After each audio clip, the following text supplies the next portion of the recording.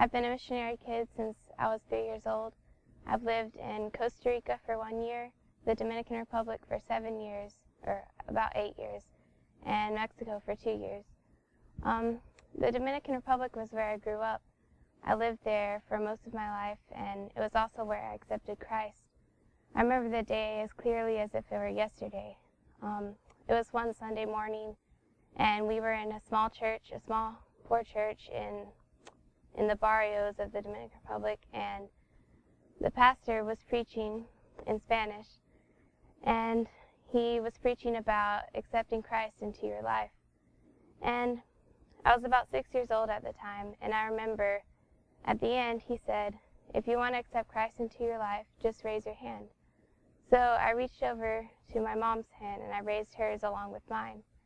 But she looked at me and she said, no, honey, I've already raised my hand. Oh, crap.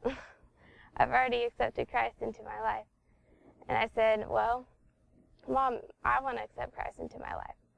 So she took me to our car, which was parked in the back. And she said, are you willing to follow Christ from here on out? And I told her yes. So that summer I got baptized in our home church in the United States. And ever since then, my relationship with Christ there's been ups and downs, but I've always felt his presence near me, and yeah. And so when my family and I moved to Mexico after living in the Dominican Republic, my relationship with Christ wasn't very strong. It wasn't as strong as it had been before. But an event happened that Christ really grabbed a hold of my heart, and he struck a chord in my heart. And what happened was we were at a camp. My small Christian school went to a small camp. It was a spiritual emphasis camp. And every night at the camp there was a chapel service. And on that last night, on the last chapel service, something happened where God really got a hold of me.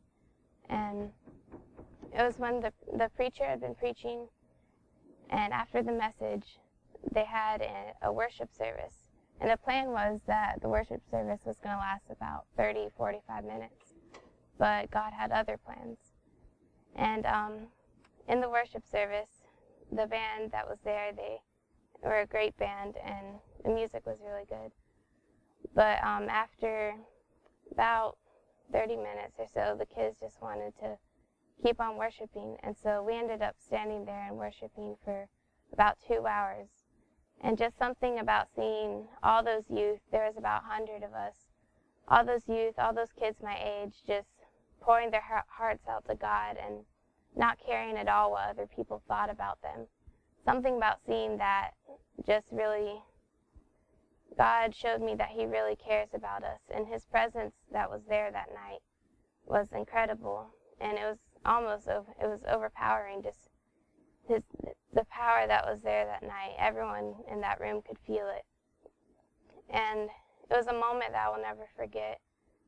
And whenever I feel like my relationship with God isn't very strong, whenever I feel like I'm on a downside of it, then I just think back to that moment. And it's a reminder for me that God truly cares about me, and that he gave me that moment so that I could always look back on it and remember that he truly does. He really is real, and he is there.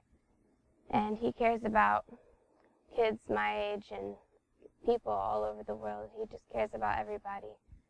And so now my relationship with God is just, I feel like it's stronger. After living in Mexico for 2 years, I feel like it's stronger than it's ever been before.